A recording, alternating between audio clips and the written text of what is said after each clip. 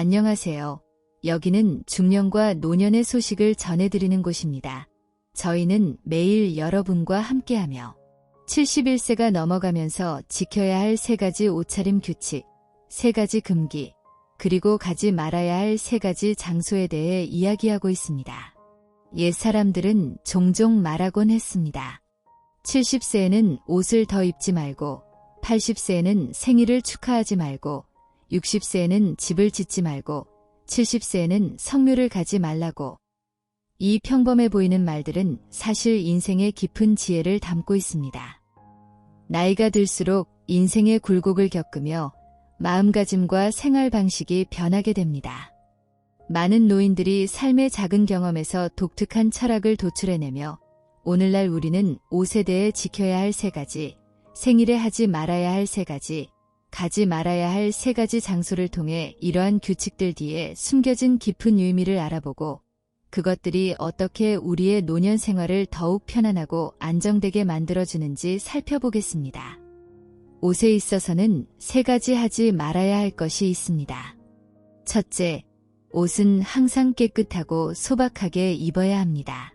옛 사람들은 옷차림에 대해 말하길 옷이 너무 화려해도 안 되고 더럽거나 낡아서도 안 된다고 했습니다.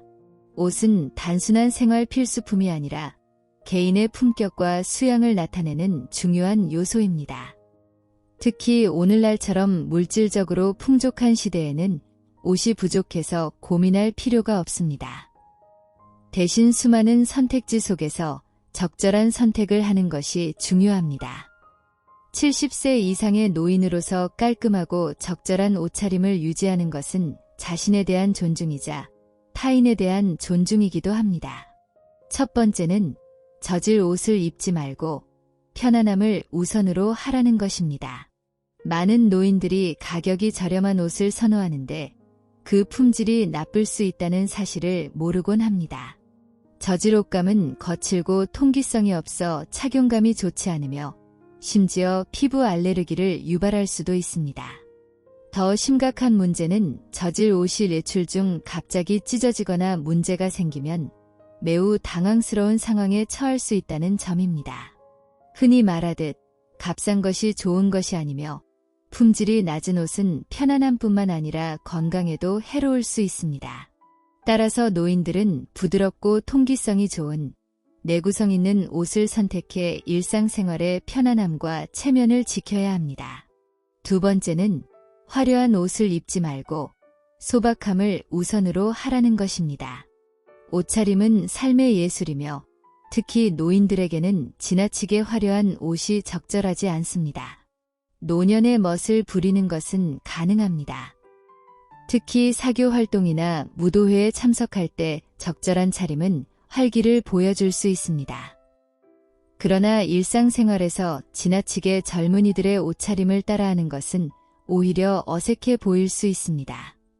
예를 들어 배꼽을 드러내거나 다리를 드러내는 옷은 노인들에게 어울리지 않습니다. 소박한 옷차림은 개인의 내면적인 수양을 반영할 뿐만 아니라 불필요한 지출을 줄이며 가정에 좋은 교양을 보여줍니다.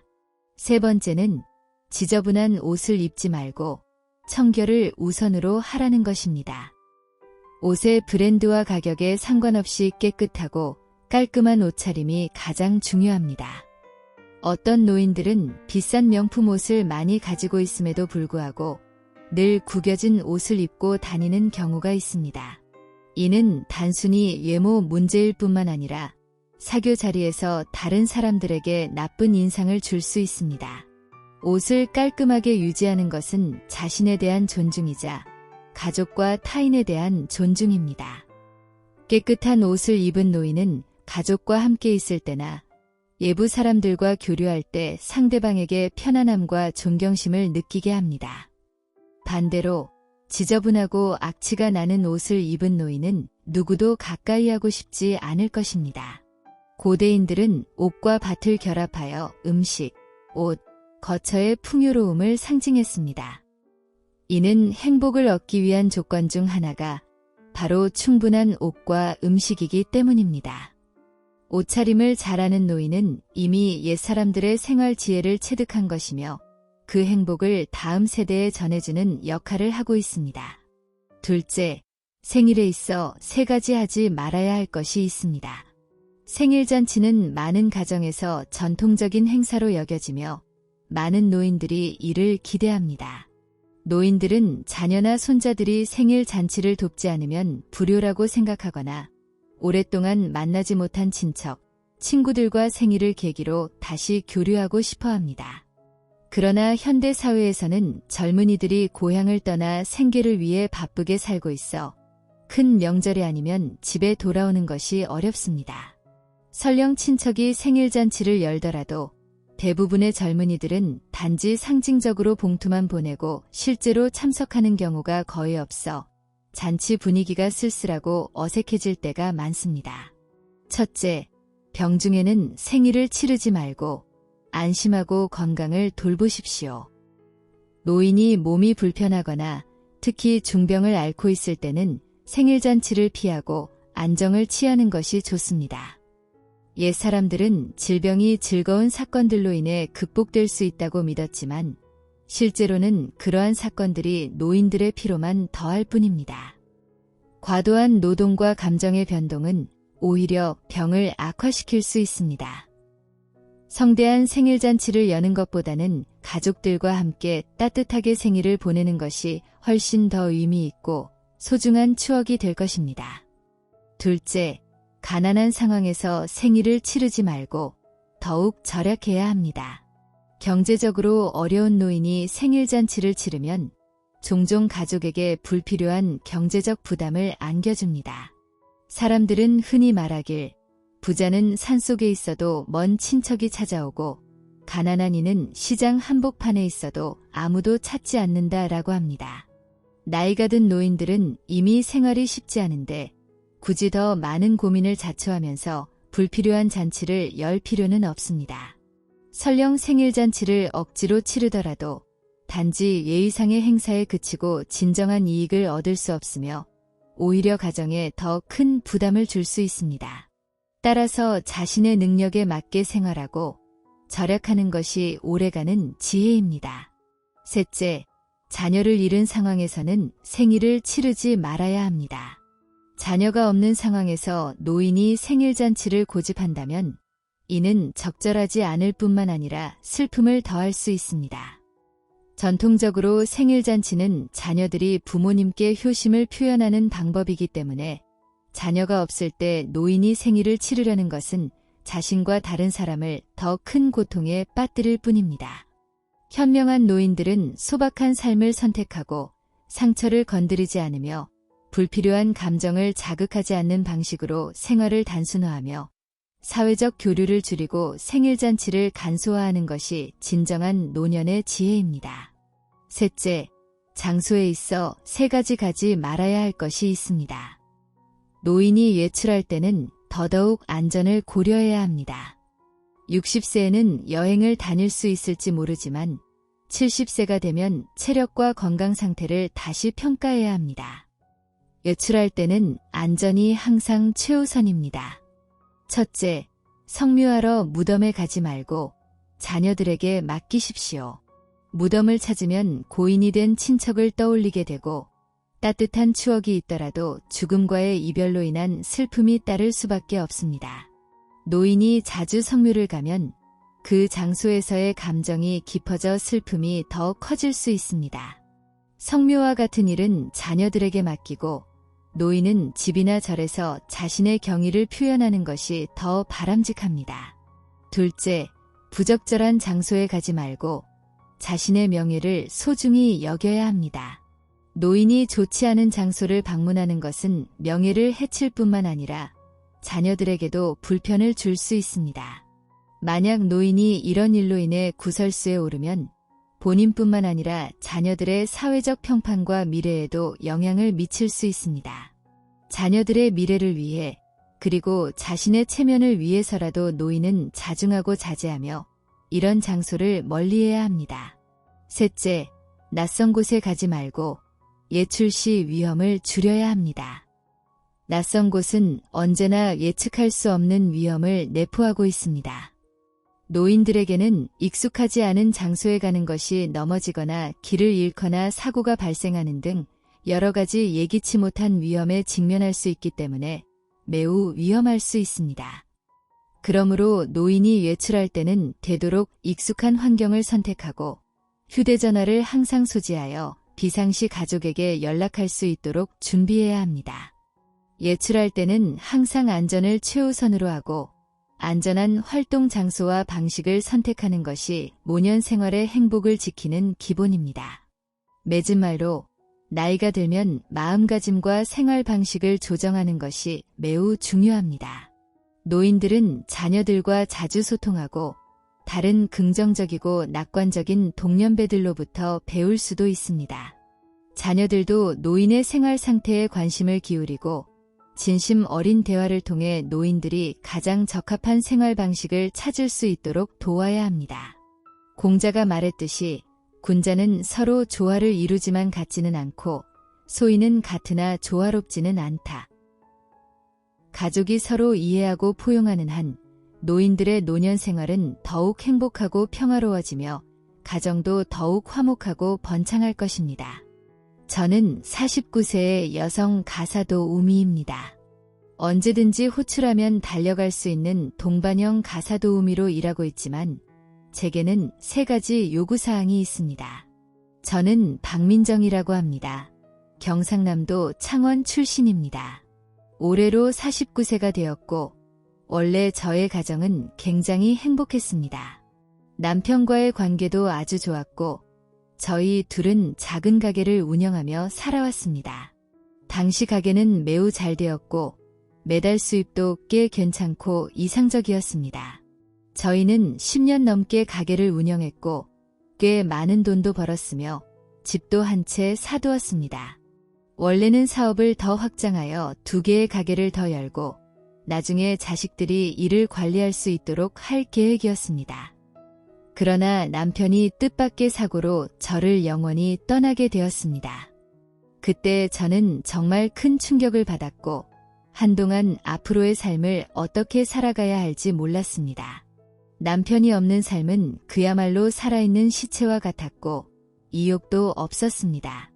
마침 그 무력가게도 잘 되지 않았고 자식들도 결혼을 준비해야 하는 상황이 겹치면서 모든 일이 한꺼번에 닥쳐와 저는 당황스러웠습니다.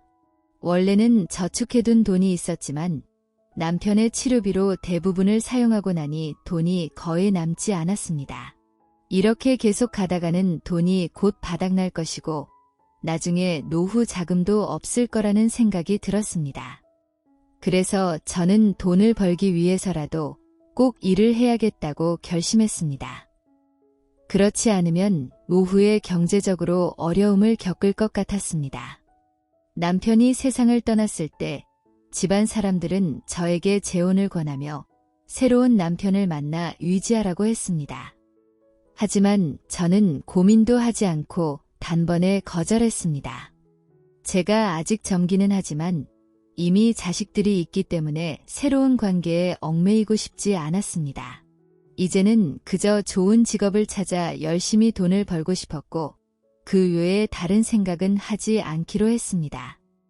그러다 돈을 벌기 위해 큰 도시로 나가 일자리를 찾기로 했습니다.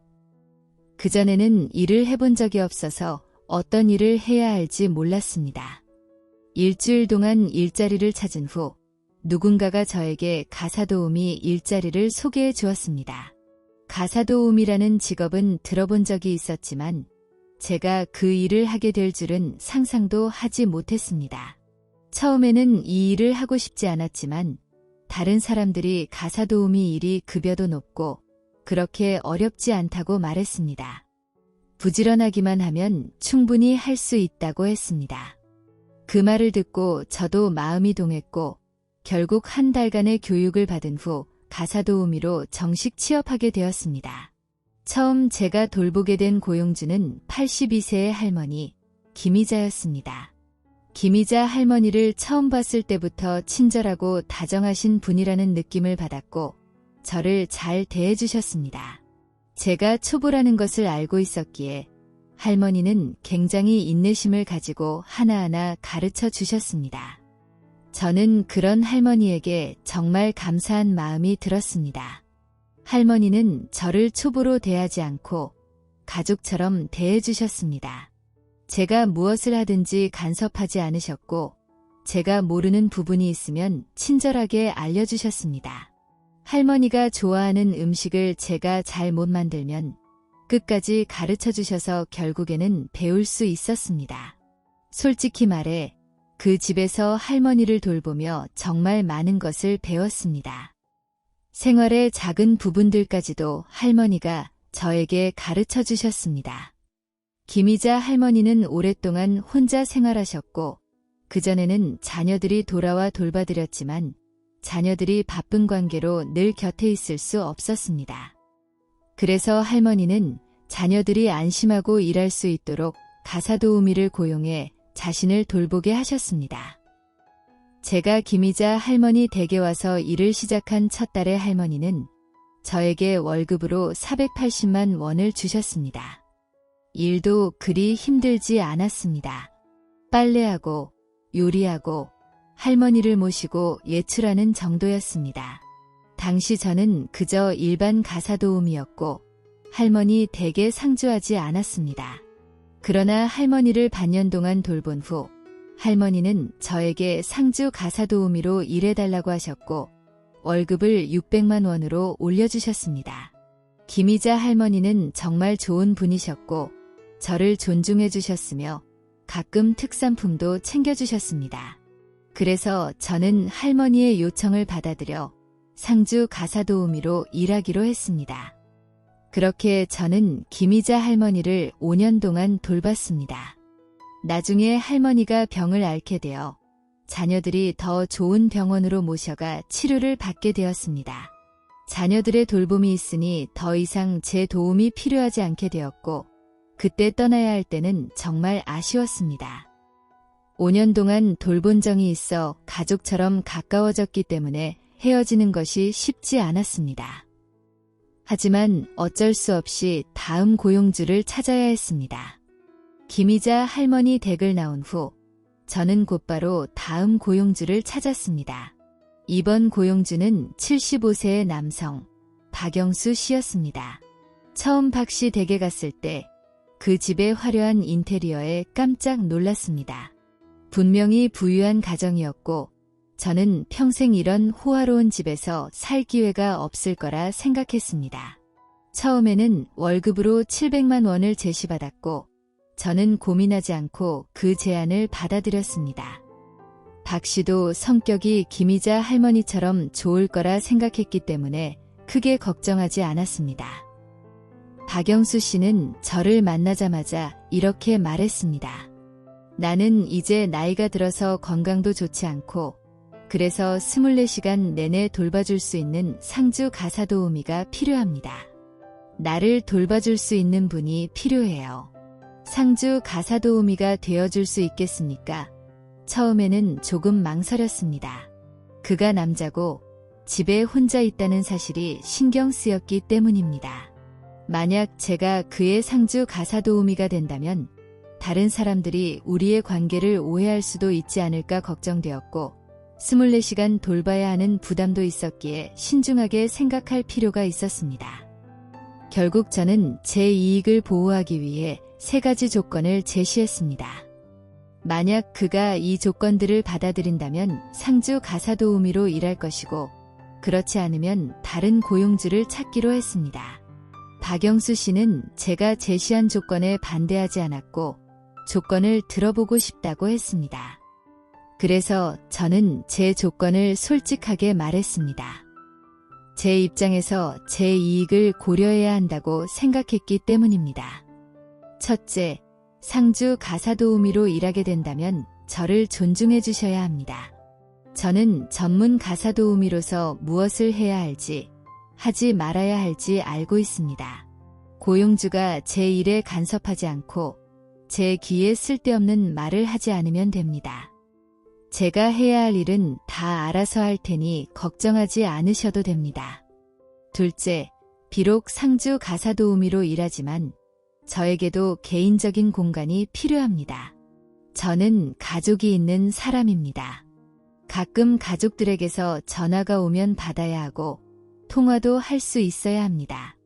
고용주께서 그때 방해하지 않으셨으면 좋겠습니다. 물론 하루 종일 가족과 통화하지는 않을 것이고 정해진 시간 내에서 최대한 자제할 것입니다. 셋째, 밤에 쉴 때 고용주께서 제 방에 들어오시면 안 됩니다. 어떤 일이 생기면 문을 두드려 주시고 제 허락 없이 방에 들어오지 않으셔야 합니다. 제 사생활을 존중해 주셔야 합니다. 저는 비록 가사도우미지만 저 나름의 원칙과 한계가 있습니다. 이 세 가지 조건을 고용주께서 받아들이신다면 저는 상주 가사도우미로 일할 것입니다. 저는 고용주가 제 조건을 받아들이지 않을 것이라고 생각했지만 이외로 그는 흔쾌히 동의해 주셨습니다. 그는 이렇게 논리적이고 명확한 가사도우미는 처음 본다. 내 말이 다 맞다. 충분히 이해할 수 있어. 나는 내가 가사도우미로서의 역할만 잘 해준다면 나머지는 내 뜻대로 하라. 라고 말했습니다. 그렇게 우리는 합의를 이루었고 저는 그의 상주 가사도우미로 일하게 되었습니다. 일하는 동안 저희는 매우 좋은 관계를 유지했습니다. 그는 저를 매우 존중해 주었고 제가 제시한 조건들이 매우 합리적이라는 생각이 들었습니다. 저는 이제 70세가 되었고 이름은 정혜진입니다. 저는 광주에서 태어났고 퇴직한 지 10년이 되었습니다. 퇴직 후 매달 800만 원의 연금을 받습니다. 저는 공공기관에서 퇴직한 덕분에 연금이 꽤 많은 편입니다. 저는 과부이며 남편은 제가 40세였을 때 암으로 세상을 떠났습니다. 남편이 떠난 지 반년이 지나서야 저는 조금씩 슬픔에서 벗어날 수 있었습니다. 그때 저는 아이들을 키우며 일을 해야 했기 때문에 계속 슬픔에 빠져 있으면 돈도 벌지 못하고 일해도 지장을 줄 것 같았습니다. 저는 남편의 죽음으로 인해 제 삶이 망가지는 것을 원치 않았습니다. 어떻게든 그 사실을 받아들이고 남은 삶을 잘 살아가는 것이 남편도 편히 눈을 감을 수 있게 해주는 길이라고 생각했습니다. 저에게는 두 자녀가 있습니다. 두 아이 모두 매우 이해심이 깊고 학창 시절에도 성적이 우수했습니다. 남편이 생전에 아이들을 잘 교육해 주었기에 남편이 세상을 떠난 후에도 아이들은 변함없이 저를 걱정시키지 않았습니다. 오히려 더욱 자립심이 강해지고 제게 큰 걱정을 끼치지 않았습니다. 제가 바빠서 아이들을 돌볼 시간이 없다는 것을 알고 학교에서 문제를 일으킨 적도 없고 선생님으로부터 불만 전화를 받은 적도 없었습니다. 이렇게 훌륭한 두 자녀를 둔 덕분에 저는 항상 마음이 든든했습니다. 시간이 흘러 두 아이는 스스로 노력하여 대학에 진학했고 대학을 졸업한 후에는 안정적인 직장을 얻었습니다. 이제 저는 더 이상 자녀들 문제로 걱정할 필요가 없었고 그 덕분에 제 일에서도 한결 부담을 줄일 수 있었습니다. 나중에 제 아들과 딸이 결혼한 후 저는 은퇴를 결심했습니다. 그때 저는 60세였고 이제는 충분히 일을 그만두고 인생을 즐길 때라고 생각했습니다. 오랜 세월 동안 열심히 일해왔기 때문에 이제는 저만의 시간을 가져야 한다고 판단했습니다. 은퇴 후 저는 연금도 있고 집도 있어서 생활에 대한 걱정은 없었습니다. 그렇게 몇 년간 홀로 지내며 나름대로 즐기고 있었습니다. 그러나 몇 년 후 저보다 5살 어린 여성 김수진 씨가 저에게 고백을 했습니다. 김 씨는 제가 광장 무용을 통해 알게 된 친구였으며 몇 년 동안 제 고정 파트너로 함께 춤을 추었습니다. 우리는 시간이 지나면서 친한 친구가 되었고 저는 그가 저에게 고백할 것이라고는 전혀 생각하지 못했습니다. 그는 몇 년 동안 저와 함께 지내며 저에게 점점 호감을 가지게 되었고 결국 고백하게 된 것입니다. 저는 처음에는 그 제안을 받아들이지 않으려 했습니다. 왜냐하면 처음부터 다시 동반자를 찾을 생각이 없었기 때문입니다. 하지만 그가 평소 저를 얼마나 잘 챙겨주었는지를 떠올리며 거절하기가 어려웠습니다. 특히 한번 제가 병에 걸렸을 때 그는 병원에서 며칠 동안 저를 돌봐주었고 그 일은 제 마음을 크게 움직였습니다. 만약 제가 그의 제안을 받아들인다면 앞으로 혼자가 아닐 것이라는 생각에 저는 결국 결정을 내렸습니다. 그렇게 좋은 사람을 놓치고 싶지 않았기 때문입니다. 우리가 커플이 된 이후 그는 저를 정말 잘 돌봐주었고 저 역시 그에게 잘 해주었습니다. 가끔은 그를 위해 선물도 사주며 좋은 남편으로서의 역할을 다했습니다. 우리는 반년간 함께 지낸 후 결혼을 결정하고 혼인신고를 했습니다. 결혼 후 그는 아내로서의 책임을 다하며 매일 집안일을 챙겼습니다. 저는 그가 매우 만족스러웠습니다. 김수진 씨는 저와 결혼하기 전 이혼한 여성으로 전 남편의 가정폭력 때문에 두 아이와 함께 떠났다고 들었습니다. 그동안 그는 두 아이를 혼자 키우며 많은 고생을 했고 이제 아이들도 자라서 각자의 가정을 꾸렸기 때문에 그의 부담도 덜어졌습니다. 그래서 이제 은퇴 후 자신의 노년을 즐기기로 결심한 것입니다.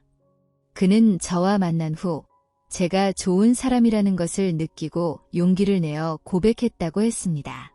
솔직히 말해 저는 그런 그의 용기를 매우 좋아했습니다.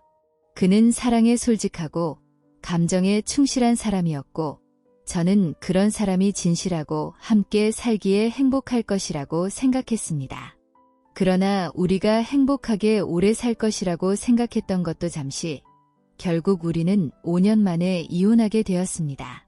이혼의 이유는 그가 집안을 돌보지 않아서도 아니고 저에게 못되게 굴어서도 아니었습니다. 문제는 그가 자녀들과의 관계에서 너무 미련을 못 버린 것이었습니다. 물론 부모가 자식을 사랑하는 것은 당연하지만 저는 그가 자녀들의 일에 너무 깊이 관여하는 것이 문제라고 생각했습니다. 이미 자녀들은 다 컸으니 스스로 독립하도록 내버려 두어야 했습니다. 그런데 그는 자꾸 자녀들의 생활에 간섭하고 그들의 경제적 부담을 덜어주려 했습니다. 자녀들의 생활 형편이 좋지 않았고 그로 인해 경제적 부담도 컸기 때문에 그는 매우 안타까워했습니다. 그래서 자주 저의 돈을 자녀들에게 보태주곤 했습니다. 처음에는 제가 이해하고 넘어갔지만 점점 상황이 악화되었습니다. 심지어 그는 제 돈으로 그의 아들에게 집을 사주고 싶어 했습니다. 그의 아들은 결혼 후 계속 집을 임대해 살았고 돈이 부족해서 집을 살 수 없었습니다. 그래서 그는 손자들이 좋은 학교에 다닐 수 있도록 학군 좋은 지역에 집을 사주고 싶어 했습니다. 그때 저는 매우 반대했습니다. 왜냐하면 저는 그의 아들과 혈연관계도 없었고 그를 도울 책임이나 의무가 없다고 생각했기 때문입니다. 이미 남편이 그에게 많은 돈을 보태준 상황에서 더 이상 저에게 경제적인 부담을 지우는 것은 부당하다고 느꼈습니다. 하지만 남편은 결혼한 이상 제가 책임을 져야 한다고 생각했고 그렇지 않으면 저는 제대로 된 남편이 아니라고 주장했습니다. 그의 이런 생각은 저에게 도덕적 압박처럼 느껴졌고 정말 말문이 막혔습니다. 비록 제가 남편이긴 하지만 저에게도 그렇게 많은 돈이 없었습니다. 더군다나 이런 상황을 감당할 수 없었죠. 하지만 남편은 제가 거절하자 그의 아들 가족을 바로 우리 집으로 데려왔습니다. 그렇게 하면 집세와 생활비를 절약할 수 있었기 때문이죠. 그때 저는 매우 화가 났지만 이미 그들이 이사온 상황에서 더 이상 할 말이 없었습니다. 결국 저는 그들을 받아들일 수밖에 없었죠. 그의 아들이 집으로 이사온 이후부터 저는 모든 것을 책임져야 했습니다. 생활비뿐만 아니라 그의 손자, 손녀의 학비까지 제가 부담해야 했습니다. 그러나 이런 노력이 아무런 보상도 받지 못한 채 끝났습니다. 결국 저는 참다 못해 이혼을 결심했습니다. 예냐하면 저는 남편을 부양할 수 있었지만 그의 가족 모두를 부양하는 것은 불가능했기 때문입니다. 저는 그런 책임도 의무도 없었고 그렇게까지 헌신할 마음도 없었습니다. 제 자신이 더 이상 손해를 보지 않기 위해 이혼이 더 나은 선택이라고 생각했습니다. 이혼 후 그는 저를 비난하며 너무 과하다고 했습니다. 제가 희생하려 하지 않고 그에게 몇 년간 무료 가사 도우미 역할을 하게 만들었다는 것입니다. 그 말을 듣고 정말 어이가 없었습니다. 함께 사는 동안 제 돈은 그가 다 썼고 저는 집안일도 도맡아 했습니다. 그런데도 그는 제가 그를 무료 가사 도우미로 취급했다고 말했습니다. 정말 지나친 말이었죠. 다행히 우리는 이혼을 했고 그렇지 않았다면 저는 계속해서 이런 고통을 겪었을 겁니다. 여기서 모든 노인분들께 한 가지 조언을 드리고 싶습니다. 나이가 들어 재혼을 한다고 해서 항상 좋은 결과를 얻을 수 있는 것은 아닙니다. 재혼이 때로는 더 큰 고통을 안겨줄 수도 있습니다. 모든 사람들이 진심으로 다가오는 것은 아니며 대부분의 경우 목적을 가지고 다가옵니다. 그렇기 때문에 때로는 혼자가 더 나은 선택일 수 있습니다. 스스로 후회하지 않기 위해서 말이죠. 오늘 이야기는 여기까지입니다. 시청해 주셔서 감사합니다. 오늘의 이야기가 여러분에게 어떤 감동을 주었길 바랍니다. 아직 구독하지 않으신 분들은 구독 버튼을 눌러주세요. 그래야 저희가 매일 여러분과 함께할 수 있습니다. 함께 성장하고 행복을 나누며 천천히 나이 들어가는 여정을 함께합시다. 다음 회차에서 또 만나요.